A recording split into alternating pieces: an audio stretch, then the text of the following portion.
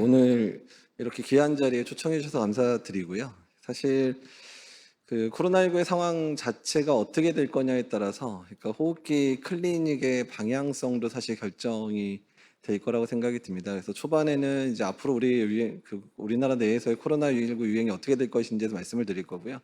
두 번째는 그러니까 앞으로 어떤 식으로 정부에서 이제 그 코로나19 진료 체계를 바꿔갈 건지에 대한 부분들을 이제 최근 논의 사항들 중심으로 말씀을 드릴 거고요. 또 마지막은 앞으로 이제 코로나19 자체의 유행 자체가 어느 정도 안정이 되든 뭐 새로운 유행이 생기든 간에 그러니까 지금 우리한테 있는 숙제 중에 하나가 지금 1,700만 명이 넘는 코로나 확진 환자에 대해서 그중에서 롱코비드나 이런 부분으로 이제 넘어가는 환자들에 대한 고민이 필요해서 사실 호흡기 전담 클리닉 또는 호흡기 클리닉에 대한 부분도 중요하지만 롱코비드 환자를 어떻게 진료할 건가를 이제 묶어가지고 같이 진료를 해야 되는 상황들이 될 것 같아서 그에 대한 방향성 부분들까지 좀 같이 말씀드리겠습니다.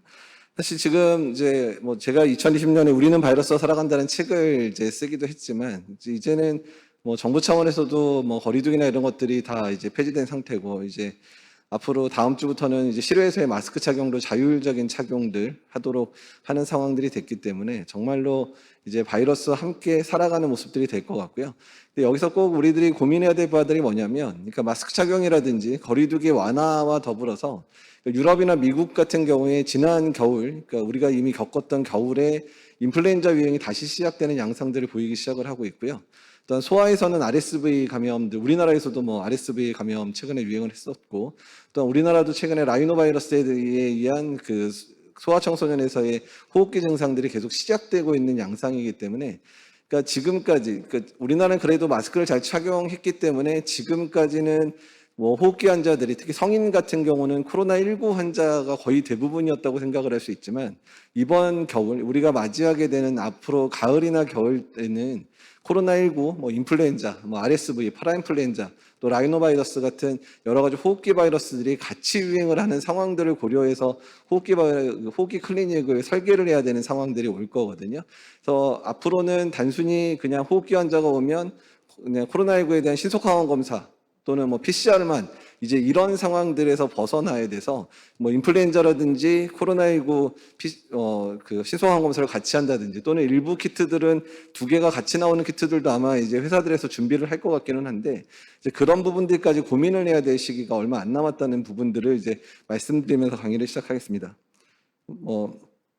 계속 메르스도 있었고 코로나19까지 해서 최근 한 10년 내에 우리가 겪었던 많은 그런 바이러스에 의한 여러 가지 유행 상황들에서 저희들이 고민이 많이 필요하다는 부분 때문에 사진 보여드렸고요. 현재 코로나 상황 말씀드리고 앞으로 어떤 식으로 전개될 건가에 대한 부분들을 조금 예측을 해보도록 하겠습니다. 그러니까 4월 30일자 기준으로 이미 5억 명이 넘는 확진자가 전 세계에 나왔고 그다음에 600만 명이 넘는 사망자가 나왔는데요. 이게 주간 단위의 지금 발생 규모인데 이게 지금 오미크론에 의한 유행 규모가 엄청난 지난 유행들이 왜소하게 보일 정도로 컸었고 중간에 스텔스 오미크론 때문에 약간 올라갔다가 지금 떨어지기 시작하는데 전 세계 유행이 떨어지게 만드는 부분들이 한국이 최근 4주 동안 계속해서 이제 전체 확진자 규모 1등을 계속하고 있었고 지금 전체 확진자 규모 중에서 한때 많을 때는 뭐 5분의 1 정도가 우리나라에서 발생하는 그런 상황들도 실제로 발생을 했었습니다. 사망자와 관련된 부분들도 이제 백신 맞기 직전이었던 작년 겨울 1, 2월 그다음에 이제 델타 유행 때문에 인도 그리고 델타 유행에 의한 전 세계 유행하고 이렇게 떨어지다가 오미크론에서 확진자 규모가 너무 늘어나다 보니까 사망자 규모도 일시적으로 늘었다가 이제 같이 떨어지는 패턴들을 보이고 있어서 어떻든 간에 오미크론이 많이 병독성이 떨어졌다고 하더라도 유행 자체가 심각해지면 그다음에 또 그 확진자 규모가 늘어나면 사망자가 늘어날 수밖에 없다는 걸 보여주는 거고요.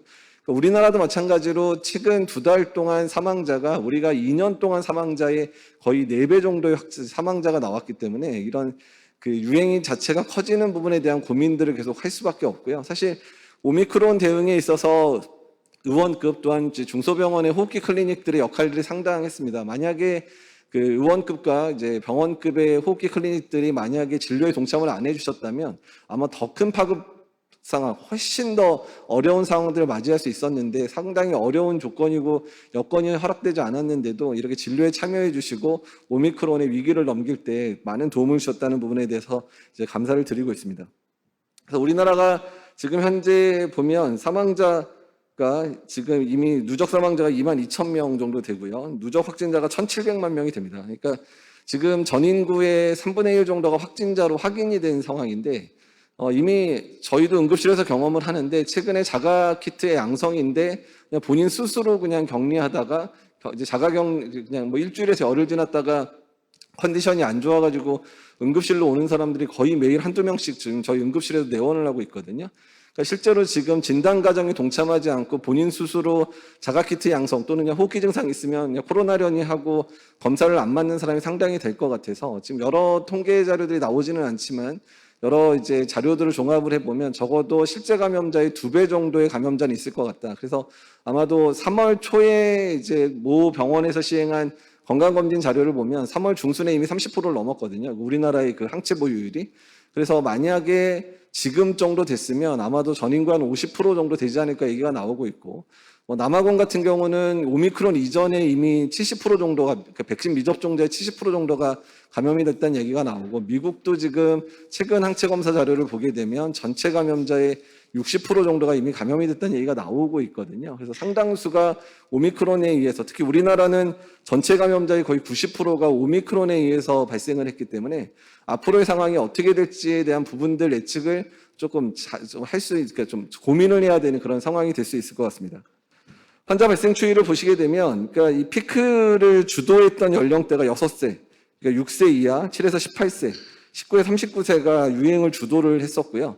근데 보시면 알겠지만 유행 규모가 떨어질 때 이쪽의 규모도 가장 빠른 속도로 떨어지고 있고, 오히려 60대 이상의 연령들이 이 피크 시점에서는 높지 않았지만 떨어지면서 마지막 되면 전체 비율은 계속 늘어나고 있습니다. 그래서 현재 60대 이상의 감염자가 20%를 계속 넘고 있는 상황이고요. 그러니까 정부 차원에서 사실 저희는 4차 접종과 관련해서 사실 오미크론 유행하기 전에 60대 이상에서 4차 접종이 시행이 됐어야 되는데 정부가 뭐 안전성 문제라든지 전 세계적으로 4차 접종을 본격적으로 시작한 데가 없다 보니까 좀 몸을 사린 측면들이 있어서 4차 접종을 너무 늦게 시작했던 거 아닌가. 지난주에 이제 본격적으로 시작되긴 했는데 4차 접종을 조금 오미크론 이전에 했었으면 사망자 지금 뭐 한때 많을 때 400명 넘게 사망자 발생했던 부분들도 좀 괜찮지 않았을까. 그리고 접종의 동력 부분에 있어서도 괜찮지 않았을까 생각이 드는데 어떻든 지금 가장 큰 문제는 이제 60대 이상의 전체 확진자의 비율이 계속 늘어나고 있는 게 앞으로 계속 큰 부담이 될 거라는 생각을 하고 있습니다.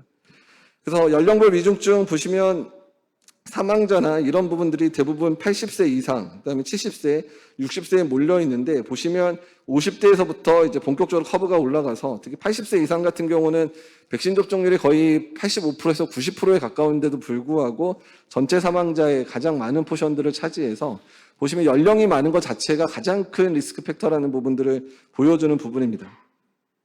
한국 예방접종 상황 보면 뭐 2차 접종 완료가 86.8%고 3차 접종률이 64%여서 뭐 전 세계적으로 유례를 찾기 어려울 정도의 3차 접종률을 가지고 있고 4차 접종은 시작된 지 많이 되진 않았지만 현재 누적이 200만 명 이미 접종을 시작을 해서 전체 60세 이상 대상자의 14%가 접종을 하고 있어서 어쨌든 예상보다는 좀 더디게 올라가고는 있지, 그러니까 예상보다는 그래도 접종을 좀 해주시고 있다라고 표현하는 게 맞을 것 같습니다. 사실 더 낮을 거라고 저희 고민을 했었는데 청소년 접종 같은 경우에는 사실 12에서 19세는 이제 델타 한창 유행하는 시기여서 접종률이 처음에는 뭐 안 올랐지만 꽤 많이 올랐거든요. 그래서 이미 80%를 넘은 상황인데 보시면 5에서 11세에 지금 1차 접종 완료자가 37,000명입니다. 그럼 전체 대상자 1%도 지금 접종을 제대로 안 하고 있는 상황이라 저희가 지금 제일 걱정인 부분이 5에서 11세의 이 접종률이 떨어지는 부분들이 앞으로 계속 숙제가 될 가능성이 높고 앞으로 소아 청소년과 영역에서의 그런 이제 호흡기 클리닉이나 호흡기 환자가 왔을 때 정말로 고민이 되는 상황들을 만들 것 같은 거고요. 또 이 상황에 대해서는 뒷부분에 좀 더 설명드리겠습니다. 한국의 예방접종률 전 세계에서 뭐 유례를 찾을 수 없을 정도로 높게 돼 있고 특히 3차 접종도 싱가포르 다음으로 이제 두 번째로 이제 많이 맞춘 국가여서 어쨌든 이런 부분들이 델타 때도 마찬가지고 오미크론 때도 그래도 사망자가 다른 국가처럼 뭐 이제 엄청나게 늘어나는 그러니까 홍콩 같은 경우에 우리나라랑 비슷한 시기에 유행을 했는데 우리나라보다 인구 100만 명당 사망자가 7배 정도 발생을 했거든요. 근데 우리나라는 한 300~400명 정도로 그나마 버틸 수 있었던 게 이 3차 접종을 열심히 했었던 부분들이 그나마 그래도 한 뭐 16,000명 이상 사망을 했지만 그래도 3차 접종률 높은 게 우리나라 상황을 해결한 부분에 도움이 되고 있습니다. 또 예방접종은 접종 횟수가 늘어나면 늘어날수록 지금 이제 보시면 그러니까 2차 접종 완료 확진된 환자에서 좀 그 사망 예방 효과가 떨어지기 시작을 해서 60에서 93%인데 3차까지 맞추면 90에서 98%까지 올라간다고 이제 나와 있고요. 그다음에 보시면 이제 그 2차 접종 이후에 효과들이 계속 떨어지고 있어서 60에서 74세가 이게 90%였던 게 이제 6개월 넘어가는 분들이 꽤 늘어나다 보니까 70%까지 떨어지고 그다음에 이제 3차를 맞추면 97.9% 다시 회복이 되고요. 뭐 75세 이상 같은 경우는 거의 50%까지 떨어졌습니다. 2차 접종 완료자에서. 3차 접종하면 다시 90%까지 올라가고 있어서 3차 접종이 매우 중요했다라는 거 다시 한번 보여드리는 부분이고요.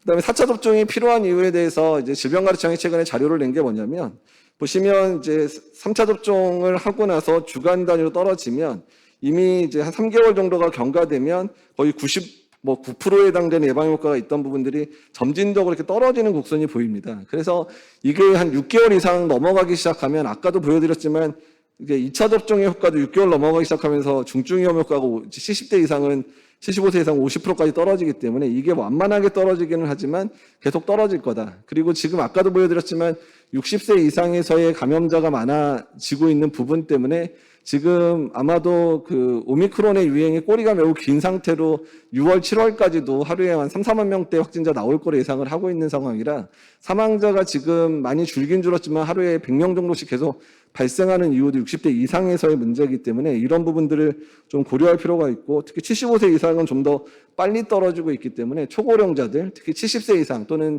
80세 이상에 대해서는 4차 접종 거의 의무적으로 접종을 하게 하는 그러니까 꼭 접종을 유도를 하는 방식들이 매우 중요할 것 같습니다. 그러면 4차 접종이 정말 효과가 있냐에 대한 부분들이 반신반의하고 또 맞냐는 의견들을 되게 많이 하시는데 지금 이스라엘에서 4차 접종 60대 이상에서 접종을 한 부분인데요. 보시면 이제 그 사망률과 관련된 부분에 있어서 4차 접종한 게 연두색이고 그다음에 그 분홍색이 3차 접종인데 보시면 사망률 커브가 시간이 지나면 지날수록씩 벌어지는 부분들이 보입니다. 그래서 3차 접종만 한 사람하고 4차 접종만 한 사람에 있어서 오미크론 유행 상황에서 그 사망률이 완전히 달라지는 양상을 보이고 있어서 4차 접종도 효과가 나타나더라. 특히 중증 예방 효과가 매우 중요하다는 걸 다시 한번 보여드리는 부분 보여드리고 있습니다. 그래서 4차 접종 효과의 부분에 있어서 좀 많이 회의적인 부분들은 이런 식으로 10주만 지나더라도 이미 감염 예방 효과는 거의 3차 접종 맞고 났을 때 상황까지 떨어지기는 하지만 보시면 시간이 지날수록 중증 예방 효과는 계속해서 늘어나는 부분들이 계속 보이거든요. 그래서 그러니까 앞으로 이제 예방접종의 효과, 코로나19 예방접종의 효과는 그냥 감염 예방 효과보다는 이렇게 고위험군에서 입원 예방하거나 중증 예방하거나 사망 예방 효과하는 방식으로 패러다임을 완전히 바꿔야 될 때가 됐다는 것들을 최근에 4차 접종 효과를 통해서 보여주고 있고요. 그러면 이제 제일 많이 물어보시는 게 지금 4차 접종한 사람은 그러면 가을, 겨울에 또 맞아야 되느냐 얘기를 하실 건데 그러니까 앞으로 유행 상황에 따라 다르겠지만 이번 가을, 겨울을 기점으로 해서 올해든 내년이든 간에 한두 번 정도의 유행이 있겠지만 아마 내년 말이나 후년 말이 되면 이제 겨울에만 유행하는 형태로 토착화될 가능성을 상당히 높게 보고 있습니다. 그러면 지금은 그냥 한 번의 유행이 커질 때마다 추가 접종을 60대 이상이 맞아야 되는 상황이 되겠지만 2, 3년이 지나면 그냥 인플루엔자 접종할 때 코로나19 예방접종도 같이 하는 방식으로 이제 고정화되지 않을까 이렇게 예측을 하고 있거든요. 어쨌든 유행 상황 자체, 변이에 의한 여러 번 유행이 생기더라도 그 전에 매번 60대 이상은 접종을 해야 될 상황이 벌어질 거고 토착화가 되면 연례 접종 형태로 매년 가을에 맞는 예방접종이 될 가능성을 높게 보고 있습니다. 그래서 호흡기 클리닉이라든지 그러니까 중소병원들 또는 준종합병원들에서 이런 외래 클리닉을 구성할 때 코로나19라든지 인플루엔자 클리닉을 합쳐서 같이 운영하는 방법들에 대한 논의들을 계속 하셔야 되는 부분들도 꼭 고민을 좀 해주셔야 되고요. 어쨌든 5에서 11세 예방접종은 아까 말씀드린 대로 1%도 안 맞고 있는 상황인데 고위험군 우선 접종 권고를 했고 이제 비고위험군 아이들은 그냥 원하면 맞아라 이렇게 했더니 접종을 안 하고 있죠. 근데 이게 지금 중요한 논문인데 오미크론 감염이 됐었을 때 중화항체가 얼마나 증가되는 거를 이 사람이 백신 맞았느냐 이전에 걸렸는데 재감염됐느냐를 봤는데 백신도 안 맞았고 그리고 이제 감염도 안 됐었던 사람들인데 5에서 11세는 예방접종 전혀 안 한 상황에서 오미크론에 걸렸고 거의 절반 이상이 걸렸거든요. 지금 이제 5에서 11세가. 근데 보시면 오미크론에 대해서 중화항체가 생기는 거는 맞는데 문제는 다른 변이에 대해서 백신을 맞았거나 이미 걸렸던 사람들에서 오미크론 걸렸을 때보다 보시면 다른 변이에 대해서 중화항체가 거의 생기지 않습니다. 그러니까 오미크론이 유전적으로 다른 변이하고 다르게 생긴 모양이라서 오미크론에 대한 항체는 생기지만 한 번도 백신 안 맞은 사람에 있어서는 보시는 것처럼 아예 다른 변이의 항체가 안 생기거든요. 그러니까 지금 5에서 11세에서 이미 걸렸기 때문에 예방접종 안 하는 애들이 상당히 많을 텐데 이 애들을 어떤 문제가 생기냐면 오미크론하고 좀 더 다른 변이가 나왔을 때 그 변이에 매우 취약한 애들이 될 거라는 얘기거든요. 그러니까 가을에 새로운 유행이 생겼을 때 오미크론에 의한 뭐 유행이 생기든 변이에 의한 유행이 생기든 간에 소아청소년과 영역에서의 감염자가 아주 급격하게 늘어날 가능성이 높다. 게다가 더 문제가 뭐냐면 아까도 말씀드린 대로 라이노바이러스라든지 파라인플루엔자라든지 RSV, 인플루엔자도 같이 유행하는 상황이 이제 가을부터 시작이 될 거거든요. 애들이 학교도 이제 거의 대면 수업을 하기 시작하니까. 그러면 소아청소년과 영역에서 코로나 감염인지 인플루엔자 감염인지 RSV인지 이런 부분 때문에 고민을 할 수밖에 없는 상황들이 클리닉에서 생길 수 있는 부분들이 되거든요. 그래서 소아청소년과를 이제 운영을 하고 있는 그런 병원들 입장에서는 앞으로 진단체계 어떻게 갖춰야 될 거에 대한 고민들을 반드시 해야 되는 상황이 될 겁니다. 단순히 코로나 검사만 할 수 있는 상황들이 아니고요. 호흡기 클리닉에서 인플루엔자 검사를 해야 될 수도 있고 아니면 아예 상황이 허락이 된다 그러면 아예 호흡기 바이러스 패널에 대한 PCR, 그러니까 멀티플렉스 PCR을 해서 코로나도 진단되고 한 번의 PCR로 코로나, 그리고 인플루엔자, RSV 이런 게 같이 진단되는 방법들을 특히 동원해야 되는데 뭐 외래에서는 비용 때문에 안 되더라도 입원 환자에 대해서는 그런 방법들, 멀티플렉스 PCR을 도입해서 여러 호흡기 바이러스 중에 뭐가 걸렸는지를 확인하는 상황들이 실제로 올해 가을부터는 본격적으로 시작될 거기 때문에 특히 5에서 11세 아이들이 예방접종을 지금처럼 걸렸다고 해서 안 맞는 상황이 되면 가을, 겨울에 코로나가 다시 유행할 가능성이 높은데 그때 5에서 소아청소년에서의 감염자가 다른 연령대보다 훨씬 많이 발생할 거라는 부분들이 상당히 좀 우려되는 부분들입니다. 그러면 이제 예방접종도 여러 가지 방식들에 대해서 뭐 이제 모더나 2번 맞은 거, 그다음에 아스트라제네카 맞고 이제 2번 맞은 거, 아스트라제네카 맞고 화이자 맞은 거, 그러니까 교차 접종한 경우, 또 화이자 2번 맞은 거 보시면 전반적인 그 항체나 이런 부분에 있어서 전반적으로 가장 유리한 게 뭐냐면 화이자 2번 맞거나 아스트라제네카 맞고 화이자 맞은 게 오미크론에 대한 중화항체 형성이 제일 잘 되는 걸로 나왔는데요. 여기서 한 가지 또 언급드리는 부분들은 아까도 말씀드렸지만 이미 걸렸는데 백신 맞거나 또는 백신 맞았는데 걸린 경우에 중화항체가 꽤 높게 형성이 됩니다. 그러니까 5에서 11세 애들 같은 경우에 이번에 예방접종을 만약에 1차 감염이 됐더라도 1차랑 2차랑 접종을 해주게 되면 전반적으로 중화항체가 많이 올라가게 되기 때문에 그 아이들이 훨씬 더 이번 가을, 겨울에 좀 편하게 지낼 것 같은데 어떤 지금 예방접종률 안 올라가는 거 봐서는 저희 접종 안 하고 갈 거여서 그래서 정말 11세 미만 아이들의 코로나 감염이 가을에 급증할 가능성에 대한 대비들을 병원에서도 꼭 하시라는 얘기 다시 한번 강조해서 말씀드리겠습니다. 오미크론 아직 안 끝났죠. 그러니까 지금 그러니까 오미크론이 이제 왜 좀 다르냐고 보여드리는 부분인데, 그러니까 알파나 감마, 델타 이런 거는 그 변이가 이제 동일하게 시작돼서 조금씩 그 안에서 변이가 된 거기 때문에 유전적으로 되게 일치를 합니다. 그래서 알파, 베타, 감마, 델타 같은 경우는 그냥 지금의 예방접종, 기존 예방접종을 하더라도 예방효과가 비슷하게 나타나고 재감염돼도 항체가 잘 오르고 이런 상황인데 오미크론은 보시면 이 조상 자체가 이런 알파나 베타가 나오기 전부터 분화가 됐는데 이 중간 부분들이 디텍션이 안 됐습니다. 이게 아프리카에서 아마 계속 유행을 해서 그런 것 같은데 이런 이제 유전형 분석이나 이런 부분들을 제대로 아프리카가 못하다 보니까 이런 문제가 생긴 거거든요. 그래서 정말 생뚱맞은 유전형이 갑자기 튀어나왔기 때문에 백신에 대한 효과도 많이 떨어지게 되는 부분들도 발생하고 아까도 보여드린 대로 오미크론에만 걸린 사람들의 면역이 잘 다른 변이에 대해서 안 생기게 하는 원인들이 이런 부분의 차이에서 기인하는 부분입니다.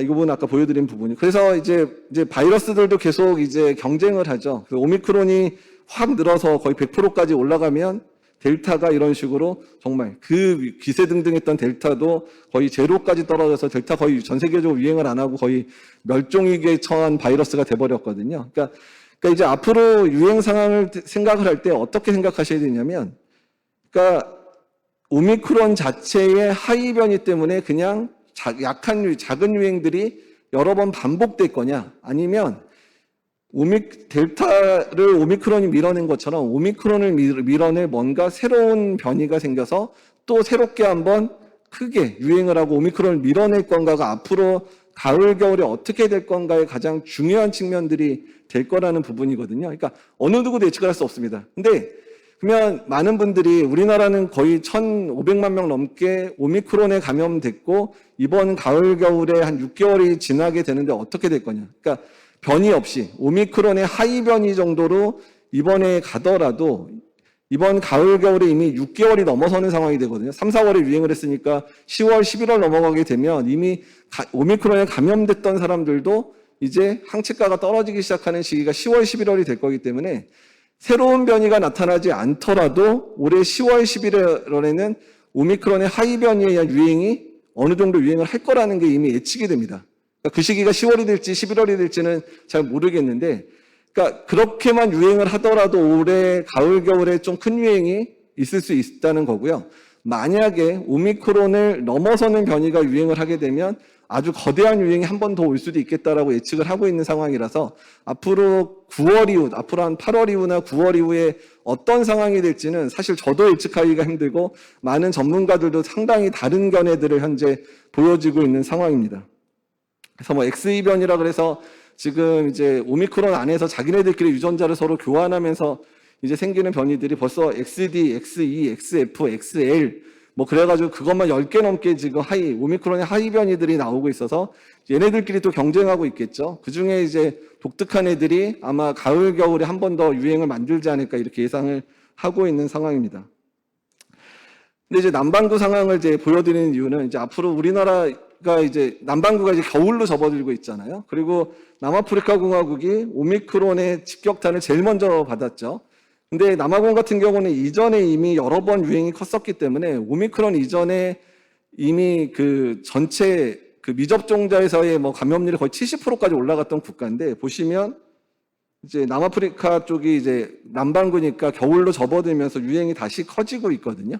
그러니까 우리나라가 아마 이번 겨울이 됐을 때 이런 상황을 맞을 것 같다고 생각하고 남아프리카가 앞으로 어떻게 유행을 하는지, 호주에서 어떤 유행이 있는지 이런 것들을 보게 되면 앞으로 우리나라가 어떻게 될지를 예측할 수 있지 않을까 이렇게 예상하고 있어서 남반구의 유행 상황들, 특히 남미하고 남아프리카의 유행 상황, 특히 전형적으로 오미크론의 유행을 이제 겪었었던 남아프리카 공화국의 상황들을 보게 되면 우리나라의 9월, 10월 상황이 어떻게 될지를 좀 예측할 수 있지 않을까. 그래서 지금 유심히 지금 이제 저희가 좀 남아프리카 공화국의 발생 상황을 계속 보고 있습니다.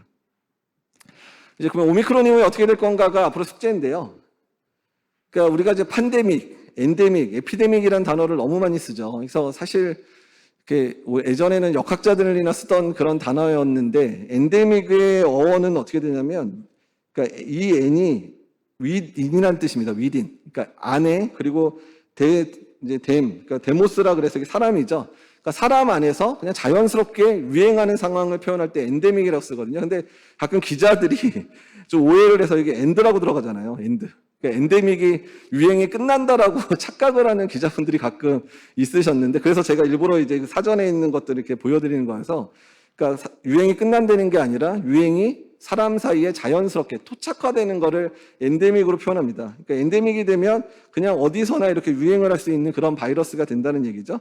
그러니까 인플루엔자가 그런 거죠. 인플루엔자가 엔데믹이 됐으니까 그냥 전 세계적으로 그냥 가을, 겨울에 한 번씩 계속 유행했다가 또 지나가고, 유행했다 지나가고 이런 상황이 되는 거고, 에피데믹은 엔데믹도 에피데믹이 될 수 있고요. 에피데믹이 팬데믹이 될 수 있는데, 뭐냐면 엔데믹이 일어나고 있는데 특정 지역에서만 이상하게 유행이 커진다. 이걸 이제 에피데믹이라고 합니다. 그래서 여기는 뭔가 어떤 문제인지 모르겠지만 갑자기 인플루엔자가 더 심하게 유행하더라, 또는 홍역이 갑자기 유행하더라, 이럴 때를 에피데믹이라고 그러고요.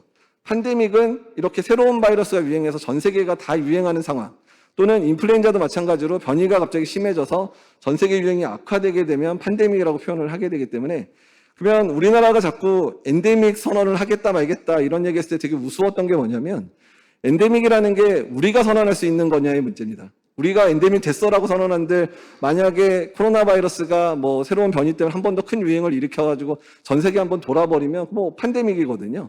그러니까 엔데믹이냐, 에피데믹이냐, 팬데믹이냐는 바이러스가 결정하는 거지, 우리나라 이제 엔데믹 됐습니다 해서 선언하는 그런 문제가 아니라는 부분들을 이제 말씀드리는 부분이고요. 그러면 WHO가 그러면 앞으로 유행 상황이 어떻게 될 건가를 세 가지 시나리오로 얘기를 했습니다. 그래서 베이스 시나리오는 그러니까 지금 같은 상황이 그냥 큰 악화 없이 진행되는 상황을 말하는 거거든요.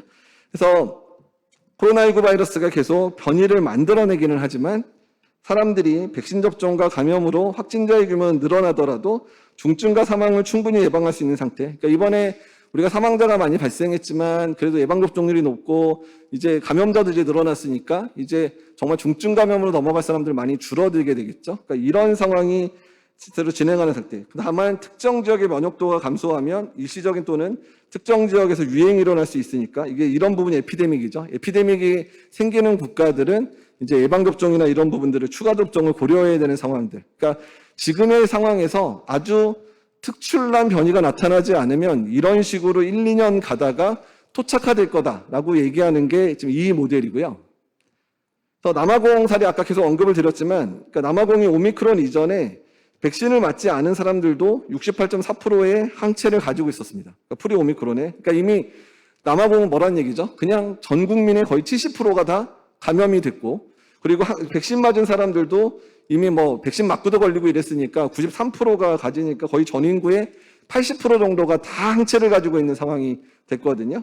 그래서 유행을 보시면 델타 때 매일 이렇게 확진자가 나오고 입원 환자, 사망자 엄청나게 이렇게 됐었는데 오미크론 때 확진자 규모도 생각보다 델타만큼 올라가지 않고, 그러니까 너무 많이 감염이 됐기 때문에 이미 그래서 됐고, 그리고 보시면 입원 환자도 많이 안 늘었고, 그리고 사망자도 늘지 않았다.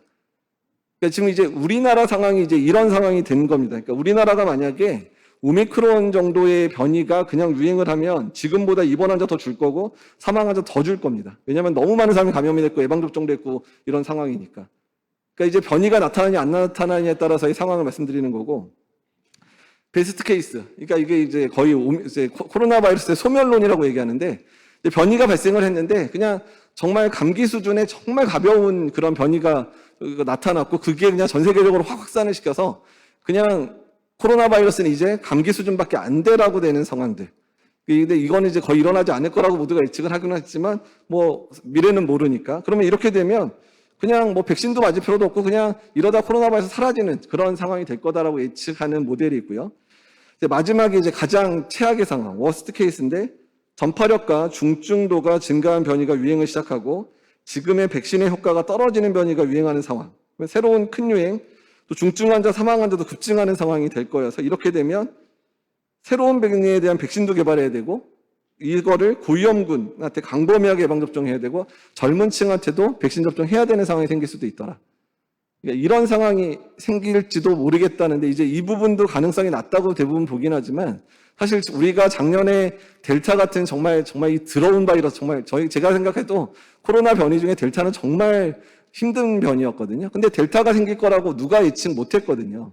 그다음에 델타가 한창 유행을 해서 기세등등 했을 때도 아이고 뭐 델타 정도 우리가 잘 막아내면 그 이후에 또 뭐가 나타나겠어. 델타보다 더한 놈이 나타나겠어 했는데 델타보다 더 전파력이 강한 오미크론이 이런 식으로 세계에 한 번 더 돌지는 예측을 못했기 때문에 그러니까 앞으로 저희가 이제 허니문 피리어드라고 얘기하는데 유행이 한번 끝나고 보통 한 3, 4개월 정도 안정된 시기를 분명히 보내거든요. 그러니까 지금 이제부터 시작이죠. 5월, 6월, 7월 정도 아마 코로나 환자도 별로 발생 안 하고 입원도 별로 없고 사망자도 많지 않은 거를 한 3개월 지낼 겁니다. 그래서 제가 인터넷 유튜브 방송에서 한 얘기가 있는데 무슨 대면 회의라든지 대면으로 워크숍하고 이럴 거면 대부분 7월 이전에 다 끝내라. 그 이후 어떻게 될지 모르니까 7월 정도까지는 대부분은 괜찮을 거다 이렇게 예상을 하고 있고요. 아마 8월, 9월 넘어가면서부터 유행은 아까 이 세 가지 케이스 중에 하나가 될 것 같은데 어쨌든 이런 부분들도 우리가 예측하기가 어려워서 앞으로 가을, 그러니까 특히 8월 넘어가는 그 이후는 어느 전문가도 지금 예측을 하기가 상당히 힘들다. 근데 다만 가능성 부분은 이 부분을 제일 높다고 보고 있고요. 이 부분이 가능성이 제일 떨어진다고 보고요. 이 부분은 제발 생기지 않았으면 좋겠다. 생길 수도 있어서 걱정이다. 제발 생기면 안 된다. 정도로 전문가들이 지금 고민하고 있다. 이렇게 보시면 될 것 같습니다.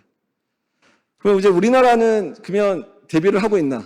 그러니까 기억하시면 알겠지만 우리가 1차 유행 겪고 나서 뭐 정말 많이 혼났죠. 그래가지고 이제 다른 유행이 있을지 없을지 정말 준비를 열심히 해야 된다라고 전문가들은 얘기하고, 정부는 아이 뭐 1차만큼 그렇게 힘든 일이 또 벌어질까? 그러다가 2차를 겪었는데 2차 유행이 그냥 그렇게 크게 유행하지 않고 떨어지다 보니까 정부가 에이 뭐 코로나도 뭐 이러다가 그냥 뭐 말겠지, 또 백신도 뭐 나온다는데 이렇게 느슨하게 하다가 언제 된통당했죠?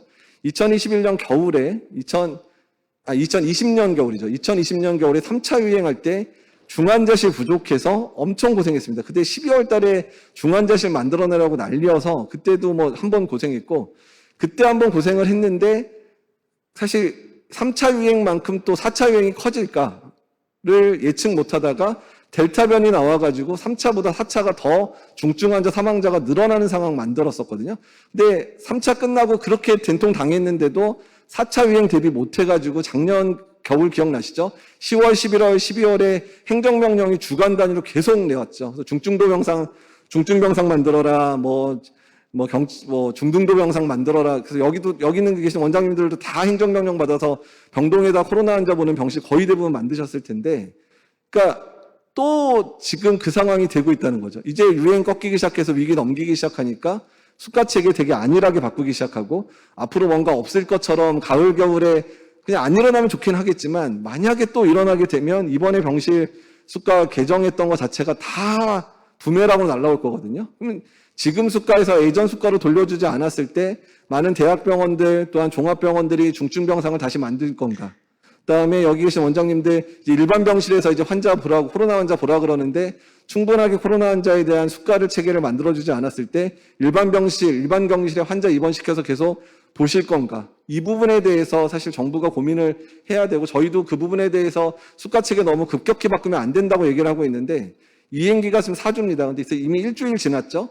3주밖에 안 남았거든요. 근데 숙가 관련된 얘기, 이제 중증병상에 대한 숙가 얘기만 이제 지난주에 좀 나왔고, 중등도, 그러니까 병상에 대한 숙가 얘기는 나왔는데, 특히 여기 오늘 주요 쟁점인 호흡기 클리닉에 대한 숙가에 대한 얘기 아직까지 결론이 안 났죠. 근데 정부 차원에서의 계획은 이행기 끝나면 대면 숙가 다 제로로 하겠다. 그냥 예전처럼 그냥 인플루엔자 보는 것처럼 그냥 대면 진료 그냥 똑같이 하고 그냥 신속 항원 검사 비용 받고 그냥 진료하고 이런 식으로 하려고 생각을 하고 있거든요.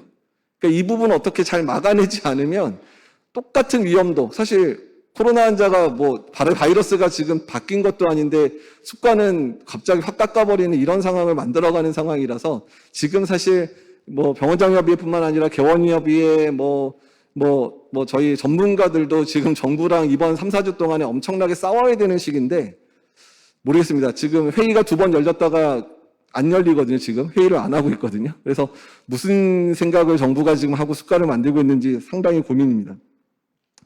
법정감염병 체계 2급으로 하향이 됐죠. 그러니까 사실 저는 이 보도 참고 자료에 2급으로 하향이 되면 숙가 계획이라든지 이런 계획이 밑에 첨부 자료로 붙을 줄 알았는데 첨부 자료로 안 붙었습니다. 그래서 더 불안하거든요. 앞으로 3주 있다가 무슨 일이 벌어질지. 그래서 이미 겪어보셨겠지만 정부 차원에서 이미 4월 안에 이미 숙가 체계 어떻게 될 거라는 걸 다 보여주고 있습니다. 그래서 신속항원검사 감염예방관리를 없앴죠. 안심병원 감염예방관리를 없어졌습니다. 의료기관 클리닉 감염예방관리를 없어졌고, 그래서 이거를 이제 대면 숙가 진료 관리를 진료 관리로를 바꿔서 주고 있죠. 이 부분에 해당되는 부분들을. 근데 그것마저 없애버리면 이제는 진짜 인플루엔자랑 똑같이 보는데 이미 4월 달에 대부분의 이제 그 코로나 환자를 봤을 때 주던 우대 숙가들이 다 사라졌거든요. 4주 동안에 하고 4주 지나면 진짜 그냥 다 없앨 수도 있고, 더 문제는 신속항원 검사에 대해서 본인 부담률을 지금 현재 5,000원만 내고 있잖아요. 그거를 100%까지 올릴 수도 있고 50%로 올린다는 얘기 듣고 있는데, 그러면 만약에 50%만 하더라도 본인이 내야 되는 게 한 2, 3만 원 될 거고요. 100% 하면 거의 5, 6만 원 내야 될 텐데, 그러면 외래의 환자들이 5, 6만 원 검사 받으러 올 거냐. 이런 문제도 터지게 됩니다. 신속항원 검사 지금 그 본인 부담률을 올리려고 계획을 했고, 그때 제가 처음 본 회의 자료에는 100%까지 올리겠다는 얘기가 사실 있었거든요. 근데 지금 그렇게는 안 갈 것 같기는 한데 어떻게 될지 모르겠는데, 어쨌든 그런 문제가 지금 직면하고 있는 상황이라서 숙가 문제가 상당히 골칫거리가 될 가능성이 상당히 높습니다. 병상 축소 계획도 1단계 5월 달 안에 2,700개의 중환자실 2,200개로 만들고, 그다음에 이제 이게 언제가 될지 모르지만 가을쯤에 800개로 줄이겠다고 얘기를 하는데, 다만 단서 조항은 이미 2,700개 안에 있는 중환자실은 상황이 안 좋아지면 일주일 이내에 다시 돌려라. 근데 생각을 해보시면 일주일 안에 돌리려, 이번에 리모델링 해가지고 중증병상 만들었는데 이제 일반 중환자실 또 리모델링을 했는데, 근데 만약에 유행 상황 나빠지면 행정명령 내리면 또 리모델링해서 또 넣어라, 이런 상황이 돼버리면 어느 병원이 리모델링 풀었다가 만들다가 이렇게 하겠어요. 사실 이런 문제들이 문제고, 중등도 병상 5월 2일자로 12,000개 이제 8,900개 줄이고요. 5월 23일 이후에 중등도 병상 없앱니다. 이 부분도 연계가 많으실 텐데, 그러니까 이걸 없앤다는 얘기는, 그러니까 중등증 병상을 안 보겠다는 의미가 아니라 그냥 일반 격리실 또는 일반 병실에서 봐라. 대신에 수가는 조금 더 주겠다. 그러니까 일반 환자에 비해서 수가, 입원 수가는 뭐 2배나 3배 줄 테니까 그냥 일반 병실에서 환자 봐라고 얘기를 하고 있어서, 이미 이 부분들도 여기 병원장협의회에 계시는 원장님들은 되게 고민을 하셨는데, 5월 23일 이후에 중등도 병상은 다 없애내야 되는 상황이 이미 코앞에 떨어져 있습니다. 몇 주 안 남았죠. 그래서 이 부분. 그래서 어떻든 의원, 병원, 종합병원, 상급종합 대학병원의 이런 그 역할 구분들이 이제 일반적인 체계로 가는데, 아니, 일반적인 체계로 가는 건 좋은데, 그러면 코로나 바이러스가 완전히 안전해졌냐? 아니거든요. 전파력은 매우 강해졌기 때문에 계속해서 원장님들이 진료하거나 이제 뭐 간호사, 간호조무사들이 환자를 볼 때 감염이 안 될 거는 또 아니고, 근데 감염도 많이 됐으니까 이제 한 6개월 정도는 안정이 되겠지만, 아까도 말씀드린 대로 6개월 지나기 시작을 해버리면 9월, 10월에 이번에 오미크론 감염된 사람 또 감염될 수도 있거든요. 의료진들이 6개월 지나기 시작하면 재감염도 가능하니까. 그러니까 이 부분을 해결할 부분들이 사실 고민입니다. 그래서 일단 호흡기 감염병 진료실 구성과 관련해서는 진료실 당독형 같은 경우는 음압을 설치하든지 환기를 잘하든지 했는데, 음압을 설치하는 게 좋을 것 같고요. 포터블이라도.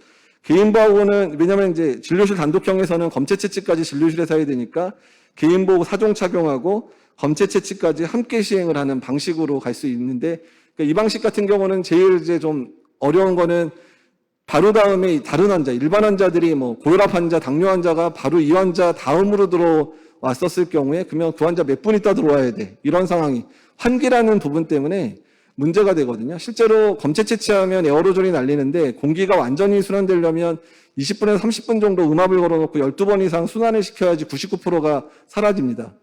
그러니까 이러면 사실, 그러니까 이렇게 될 경우는 진료실 단독형 같은 경우는 예약제로 운영해서 뭐 코로나 의심 환자 또는 호흡기 감염 의심 환자는 뭐 오후 4시 이후에 오십시오. 아니면 뭐 날짜를 정해서 수요일만 우리는 이 환자 봅니다. 또는 목요일만 봅니다. 이런 식으로 이제 진료를 하시는 게 나은 패턴이 될 것 같고요. 검체 채취 공간 분리형 같은 경우는 이제 진료실 같은 경우는 그냥 제 생각은 이제 뭐 마스크하고 그냥 고글만 착용하고 그냥 환자 진료하고, 이제 환자의 마스크를 벗어야 되는 상황들은 아니 어차피 검체 채취실 갈 때 그냥 보고 끝내면 되니까, 검체 채취는 사종 보호구 입고 하고 검체 채취실에 음압 설치 또는 단독 환기 구역을 설정을 해가지고 하면 좋겠다. 근데 문제는 이것도 그렇고 이것도 그렇고요. 환자 대기 공간 어떻게 할 거냐. 근데 앞으로 그냥 코로나가 만연이 되면, 우리가 독감 환자 유행할 때 그냥 대기실에 독감 환자도 있고 그냥 일반 환자 다 있었잖아요. 그때 마스크도 안 썼으니까 되게 위험했는데, 지금은 적어도 병원, 의원에 올 때는 마스크는 계속 착용하게 할 거기 때문에 그냥 마스크 착용하고 대기 공간 그냥 조금 그냥 넓혀놓고, 그다음에 예약제를 좀 활성화해서 대기 공간에 많은 사람들이 막 돗대기처럼만 있지 않게 하는 수준 정도로 그냥 하면서 운영할 수밖에 없어서, 그냥 대기 공간에 1m 정도 그냥 간격 두고 마스크 그냥 잘 쓰고 그냥 대기할 수밖에 없는 상황이 벌어질 거여서, 대기 공간은 아마도 그냥 그렇게 운영을 할 수밖에 없게 되지 않을까. 그래서 동선 자체를 구분하는 호흡기 전담 클리닉이야 뭐 가능하겠지만, 일반 의원이나 일반 병원의 외래에선 동선 구분도 불가능한 상황이니까 그냥 마스크 착용을 강조하면서 마스크 못 벗게 하는 상황으로 그냥 가면서 어쩔 수 없이 대기 공간에서 그냥 하는데, 만약에 그게 좀 구분하고 싶다 그러시면 일반 환자가 대기 공간을 따로 두시고 호흡기 증상인 사람 대기 공간을 좀 분리해서 하는 방법, 특히 병원급은 그래도 공간이 있으니까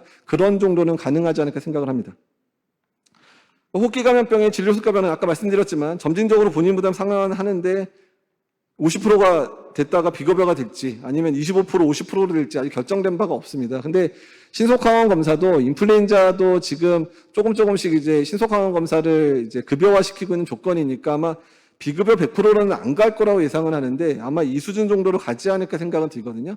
근데 이 이유가 좀 우스운데 너무 그러니까 이번에 이제 대면 진료를 좀 강화하기 위해서 수가를 좀 높여서 드리다 보니까 재정을 너무 많이 썼거든요. 그러니까 그 부분 때문에 그러니까 솔직히 말하면 이렇게 된 게 그냥 정부 재정 아끼려고 지금 이렇게 가는 부분이에요.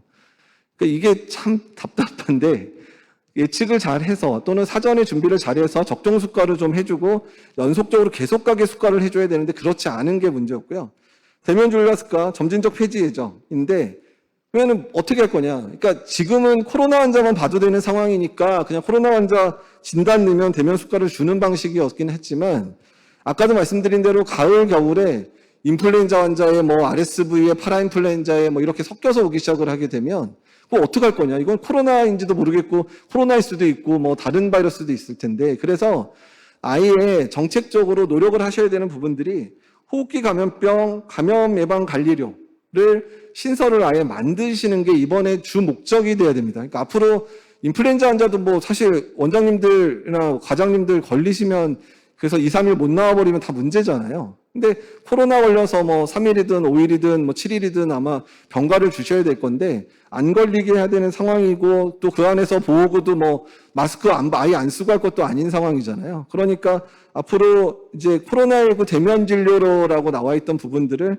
호흡기 감염병 감염 관리에 대한 신설 요청을 반드시 해야 되고 이번에 이거를 만드는 게 정말 중요합니다. 그래서 저도 지금 되게 노력을 하고 있고 계속 얘기를 하고 있는데 이게 수가가 좀 꽤 많이 될 거라서 안 해주려고 하더라고요. 어쨌든 이번에 쟁취 꼭 하셔야 되는 제목입니다.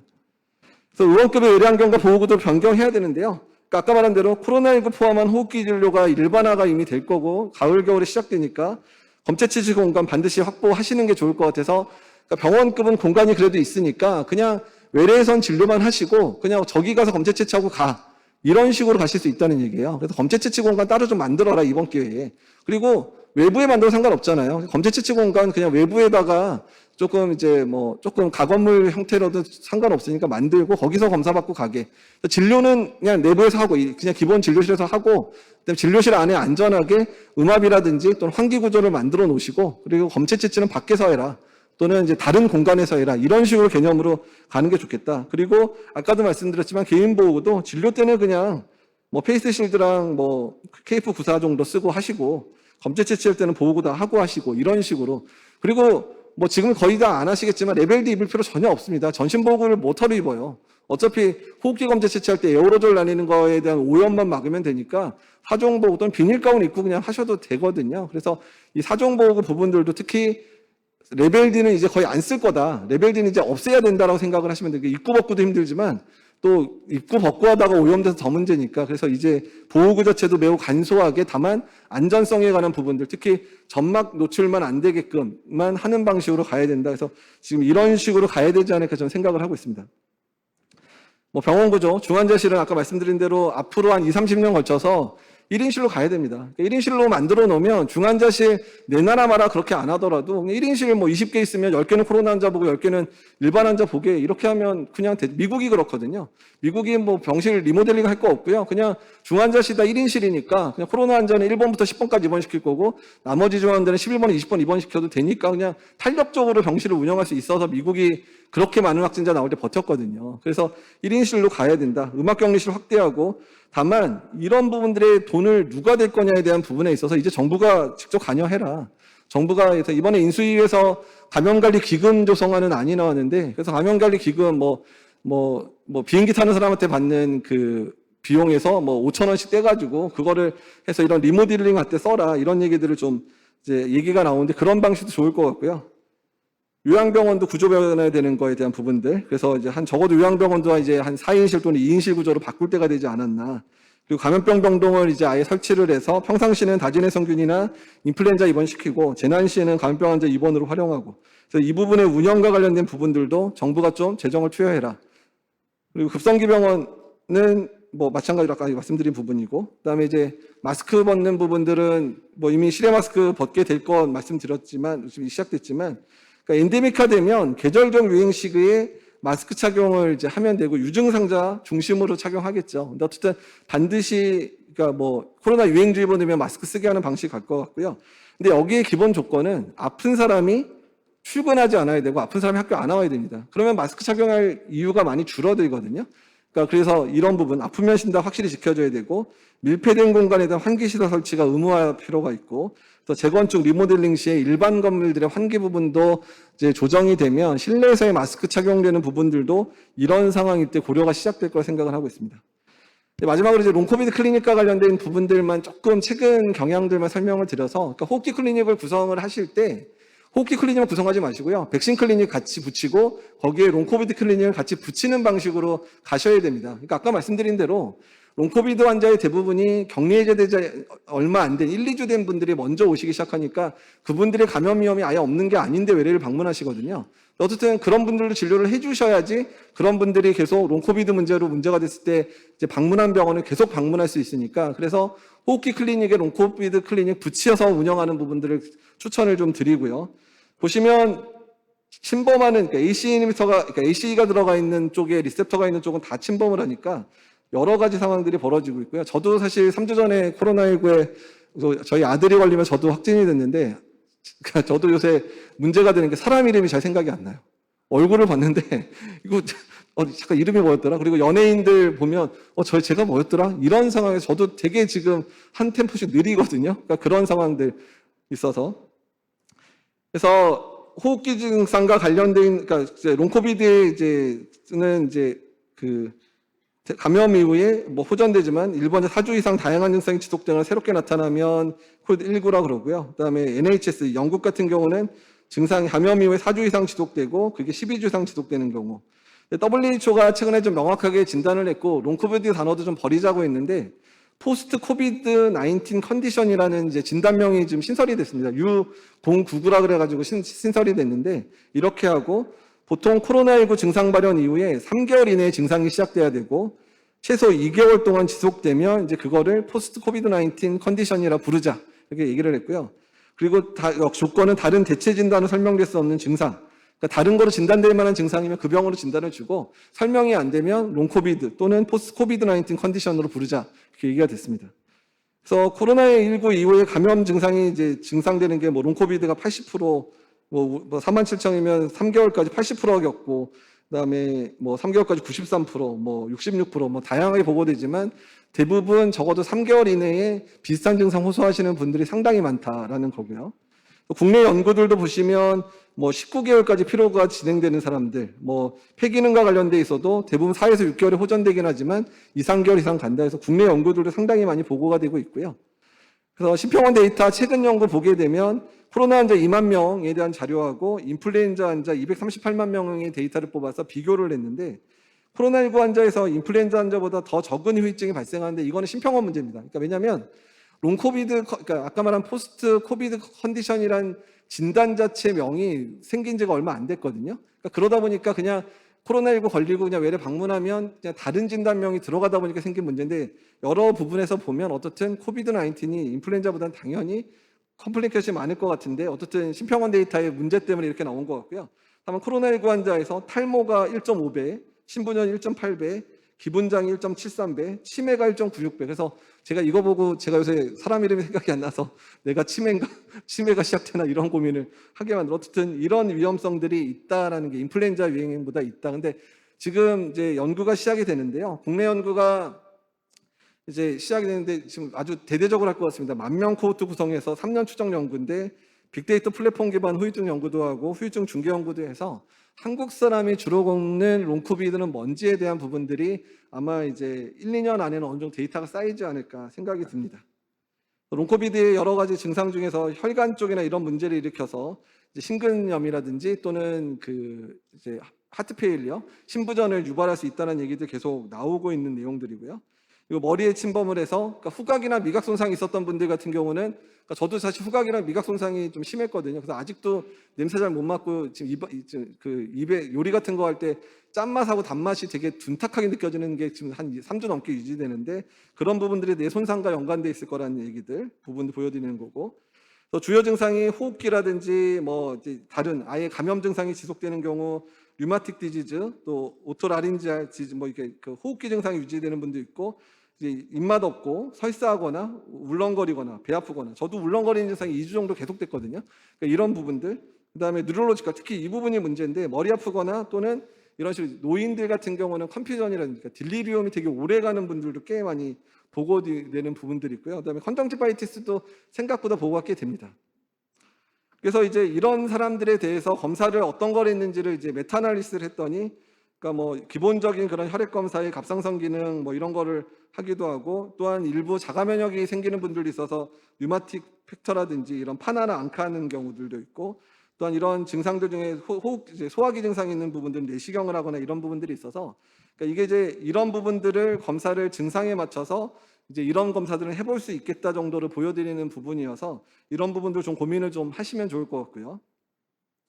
그리고 또 이제 그 호흡기 질환, 특히 폐렴을 심하게 앓고 갔던 분들은 이제 폐에 여러 가지 이상이 생기기 때문에 이제 뭐 천식의 위험도라든지, 또는 이제 그 연령이 많을수록 롱코비드 증상이 많이 생기더라는 레포트들이 사실 있는 상황이고요.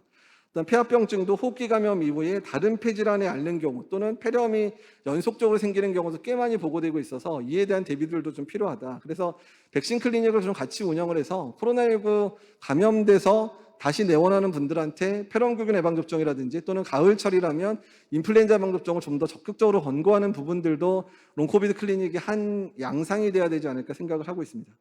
그래서 미국 같은 경우도 뭐 워낙에 65세 이상의 폐렴구균 예방접종 강조하고 있지만, 어쨌든 이제 코로나 걸렸던 사람들도 꼭 그때 병원에 이제 오게 된 거니까 그때 꼭 폐렴구균 예방접종 한 번 더 강조해라, 이런 얘기들을 이미 꺼내고 있고, 네덜란드나 스페인도 어떻든 간에 이제 이런 폐렴구균 백신을 좀 더 강조해서 얘기해달라, 이런 얘기들이 실제로 이제 권장 상황이 들어가고 있는 상황입니다. 그래서 마지막 슬라이드인데요. 그러니까 이제 어떻게 평가할 것인가. 그러니까 특히 프라이머리 케어. 그러니까 지금 여기 계신 병원장님들이 계시는 그런 병원들이, 그러니까 여러 다양한 거, 어토이문과 관련된 거, 이비인후과 이제 증상 있는 부분, 소화기 증상, 그리고 이제 근육통 있는 부분들, 특히 멘탈 헬스, 특히 이런 그 뭐 우울증이라든지 이런 것들, 또는 이제 노인에서의 딜리리움, 또는 치매 양상처럼 보이는 양상들에 대한 거, 그다음에 신부전에 늘어나는 부분들, 또는 폐렴의 후유증, 이런 부분들에 대해서 우선 진료를 먼저 하시고, 각각의 질환이 해결 안 될 때는 이제 각각에 맞춰서 이렇게 진료를 해야 된다. 그러니까 거의 뭐 종합적인 부분을 고려할 수밖에 없는 게 롱코비드이기 때문에 이런 부분들을 고려해서 클리닉을 구성해라라는 부분이고, 증상에 맞춰서 증상에 맞는 검사, 그리고 증상에 맞는 치료밖에 현재까지 나온 건 없고요. 현재 가이드라인들이 여러 국가에서 시도를 하고 있고, 우리나라도 올해 말까지 롱코비드에 대한 가이드라인을 만들려고 하고 있는데, 그때 전까지는 지금 나와 있는 논문 수준에서 좀 참고하시면 될 것 같고요. 제가 롱코비드 내용은 새로 추가해서 강의록이 없기 때문에 이 강의록은 PDF로 해서 원하시는 분한테 뿌릴 수 있게 말씀드리도록 하겠습니다. 그래서 코로나19 21세기 최악의 팬데믹, 그리고 어쨌든 바이러스랑 어떻게 살아야 되는지를 2년 반 동안 열심히 알려주고 있고, 오미크론 변이 이후에 변이에 대한 모니터링 필요하고, 엔데믹 바이러스가 결정하지만, 엔데믹은 아까 말씀드린 대로 엔데믹은 바이러스가 결정하지 우리가 결정하는 건 아니고요. 그리고 말씀드릴 거는 앞으로 1, 2년 동안 코비드19 유행에 가장 큰 변화가 예정되어 있기 때문에 이 부분에 있어서 우리가 어떻게 준비할까, 특히 이런 이제 여기 계시는 원장님들 그리고 개원이들의 변화된 측면들이 매우 중요할 거고, 앞으로 아까도 말씀드린 대로 9월 이후 상황에 있어서 여러 호흡기 바이러스가 유행하는 상황들을 어떻게 현명하게 진단하고 안전하게 진료할 건가에 대한 부분에 대해서 지금 휴지기, 앞으로 한 7월에서 한 8월 정도까지는 안정된 시기에 앞으로 9월 이후의 상황을 열심히 대비해야 된다는 말씀들을 다시 한번 드리고 싶습니다. 이거로 강의 마치도록 하겠습니다. 감사합니다.